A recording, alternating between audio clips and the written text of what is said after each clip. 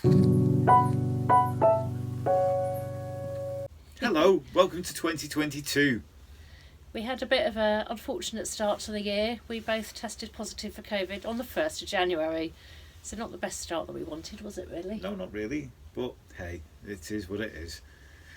We managed to keep busy, keep ourselves from going insane during the isolation. You weren't at all poorly, were you? You've been alright. Not as bad as you. Done a few bits, maintenance to the boat, which we'll show you in this vlog. Done some crafting and did manage to go and fill the water tank up. So please put any questions below. Please like and subscribe if you want some more content. And enjoy what's coming up. Enjoy. Hello, so yesterday we had some problems with our batteries. Yeah, we mentioned it last night, I think, in one of our videos about how candlelit we were. It's probably the best way of putting it. Well, this is one of the two offending our batteries that's substandard, kaput, whatever you want to call it. Yeah, so there's one here, there's one that side of the door. We called in a friend to give us a helping hand, Ian, the man that can. So we turned around and had a look at the battery. We got the meter out, checked how much the batteries were running voltage out of, which is giving us the two damaged ones. But what we've had to do is turn around and move the one good one from the very back into the space here, rewire the cables up. There's lots of cables. I know some of you will go, oh, there's too much there, it needs tidying up. We're going to get some lithium batteries to run the solar panels as well, and we're going to change things about, which will tidy up the electric cables. But we've brought them together, tidied it up. We're just waiting for these lithium ones, and we've got some power, substandard power, because we're too short. So I think there's not a lot else to say apart from let's see how we can last on them. Well, I think the reason that we were alerted to the fact we were having problems, wasn't it, was because when we were running the engine. Oh yeah, the sulphur smell, the bad eggs. Yeah, that's a pleasant smell and a half if you have never smelt it. When a battery's knackered, you get the bad egg smell. So we've got some more plates, new creativity, trying enamel plates this time. Beginning of the year, there'll be loads of these coming along. Keep an eye out, you might take one that fancies you. Just trying to show here the small space we work in. We've got an over the bed table that used to be Paul's dad's that we use at the moment to do our crafting on. So we just have to have a few projects out at a time that we're working on, tidy it all away at the end of each day. We haven't got the luxury of a separate room to keep everything in. It's all one living space. So whilst I'm still isolating from COVID, trying to get some craft items made to go on our Etsy shop. I've made this heart out of corks. It's not quite finished yet, but it's in progress. Decorating this bottle for Valentine's, which is going to have a bottle hanger on it, which I'm in the process of painting at the moment. It started off just plain wood, put the first lot of red on it, going to put some more and decorate it. And then I've also got a collection of hearts, which are going to be decorated in various ways, holes drilled for the top of them, and some twine put in to hang them up for Valentine's decorations as well. I'm trying to keep busy, going a bit insane. I'm on day 7 of my isolation, so still got a few more days to go, still got positive LFTs, so still got to stick with it unfortunately, but hopefully make use of the time and get some things advertised. Also hand painted this vase yesterday, put some twine around it to make it look a bit more presentable, so that will be going on the Etsy shop. And this heart as well, picked this up from a charity shop, so I'm painting and decorating this as well, and then that can go on there too. As you can see, lots of Valentine themed gifts at the moment, as that's the next day to celebrate this year, and then once I've done all the Valentine stuff, start doing some Mother's Day stuff, just to keep the stock ticking over.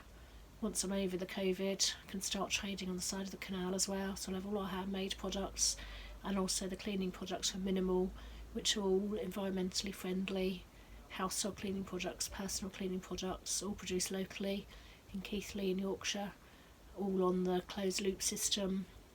So they deliver all to me in big plastic containers, and then when I want to order some more, they take the containers back again and bring some more.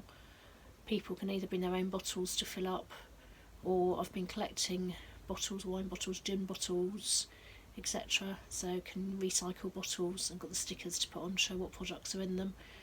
So once, like I say, COVID's done and we can start trading, we'll publish where we're trading.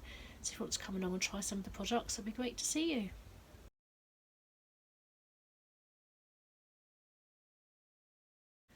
Paul's also started painting a couple more plates with the castle's design on, and they're going to have roses on as well.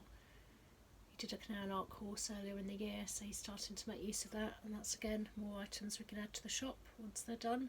Easy to post out, or again they'll be for sale off the boat once we can trade again. This is the 500-ton XL lubricants barge which takes raw materials from Hull down to Northfield Road in Rotherham at least once a week for its blending plant. It's a 65-mile trip. It takes 10 to 12 hours, but it's quicker and more environmentally friendly than going by road, and uses 25% of the emissions that lorries would. So we're heading down the canal, about 20 minutes to fill our water tank up. Yes, we're getting smoked out because I've got wood on the fire. What are you pointing out? What can you see? Moorhead underneath the edges. Oh, there's a moorhead under the edge. I can't see it. Oh, it's hidden. I missed it. Okay, it's gone. Anyway, so we're heading about 20 minutes down the canal to Swinton Lock to fill the water tank up. There is a water tap there we haven't used before. We did check it out on the way back from Mexborough last week, and it's quite a long stretch to get there from the boat up to the water. So we've bought a second hose pipe, and we're hoping they're going to be long enough once we've joined them together. This is a nice piece of canal. As you can see down the port side there's houses. There's quite a lot of fishermen down there usually, as it's used by the local angling club. And then down the starboard side is the Kilnhurst Ings Nature Reserve, which stretches the whole length from the bridge at Wharf Road where we start down to the lock at Swinton. So it's, like I say, quite a nice area to cruise down of an afternoon. I have sped this piece of video up. We weren't going this fast really, but wanted to show you it without it boring you to death with too much just plain video with not a lot going on. This is just pulling in towards the lock landing. Such a shame that there is so much rubbish in the canals. But yeah, we're just going to pull onto the lock landing, and then I'm going to get off the boat and go and operate the lock. It's another big electric lock. We found out the question we'd asked on our last vlog about the Kilnhurst lock being abandoned. Ian kindly answered the question for us. So the old Kilnhurst forge lock was built around 1750, and then there was a programme of works which commenced in 1983 to increase the maximum size of the locks so that traffic can be increased up to 700-ton barges, but it would appear that those barges have never actually been used, and the biggest one that does go up and down now is the one we just showed you, which is the 501-ton for XL lubricants. I've been trying to research how much water is used during the use of these locks because they are absolutely huge. I haven't found very much information on the Euro locks, which is what these large locks are called.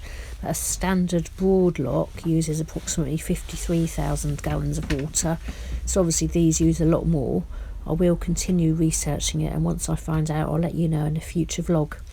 So I'm going to leave you here again with the music for a moment. Paul was getting that sinking feeling going down in the lock, and whilst he was going down in the lock there was some wood that had been tidied up from around the area on the side, so I put that close to the lock path so that once we'd filled the water tank on the way back up again we could collect the wood, and that would give us some more wood for the fire for another week or so. This is the lock which is next to Waddington Boatyard, so on the next vlog we'll do some more information about the boatyard and what goes on there.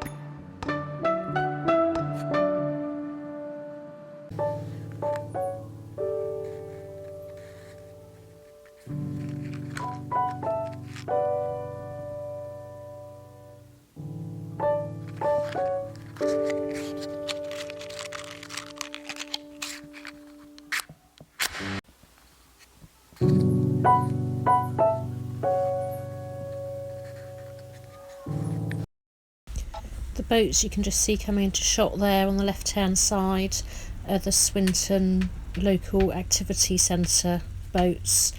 They're a local activity centre that arrange re-engagement activities for young people, and they also are accredited for the National Community Boat Handling courses.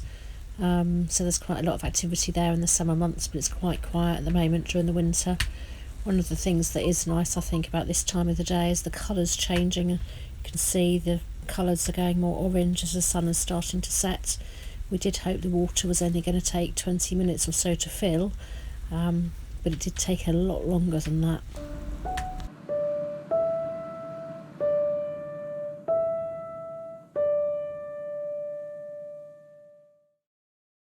Water tap is just up the steps there. Just that post there by the pillar. We have bought a new hose pipe because we thought we were going to need 2 to get to it, but this one does just fit. It's one of those stretchy ones, so it saves space as well for storage on the boat. Just reaches down to the boat nicely. And Paul's sat there whilst the kettle's on for a cup of tea, holding the pipe into the water. And then we'll go back up through the lock.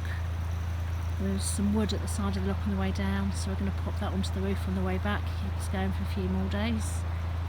It's a nice peaceful quiet evening. It's so still down here at the moment. Swinton Lock Activity Centre.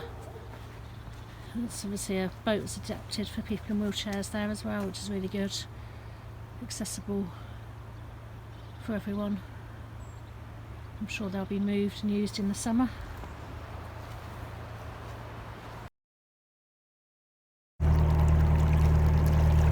So this isn't ideal. We filled the water tank up, but the water pressure was so low it took almost 2 hours to fill up. We've run out of daylight, so we're just cruising back down to the mooring. It is only about 20 minutes, but we can't see a lot. It's very dark and cold. This is how we did the Rochdale, wasn't it? It is. We did the Rochdale, section of the Rochdale like this a couple of years ago. It's not the ideal thing to do. Really shouldn't do it through choice.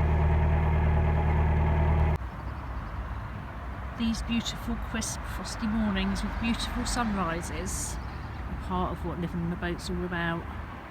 Can't really see it there, but there's mist rising up off the canal, which is really pretty. And yeah, the sunrise. No wonder we were so cold last night coming back from filling the water. It's been a really clear, cold night, but it does make for beautiful mornings, and hopefully it will be a beautiful day too. You can see the frost here on the side. So the fire's going. First coffee's made. Hope you enjoyed this week's content. Like we say, we hadn't had a lot we could do because we were isolating, so we made the most of what we could, didn't we? Yeah. If you've got any comments or want to know a little bit about what we get up to, or any ideas that you have to put into our content, then please get in touch. And please don't forget to like and subscribe. Help us build the channel, help us get information out there, because we're really hoping that as we learn and develop through our journey living on the canals, that we can pass anything that we learn on to others. And if you ask questions and we don't know the answers, then hopefully we'll know someone somewhere that does, won't we? We hope so. Yeah. Enjoy. Goodbye until next time.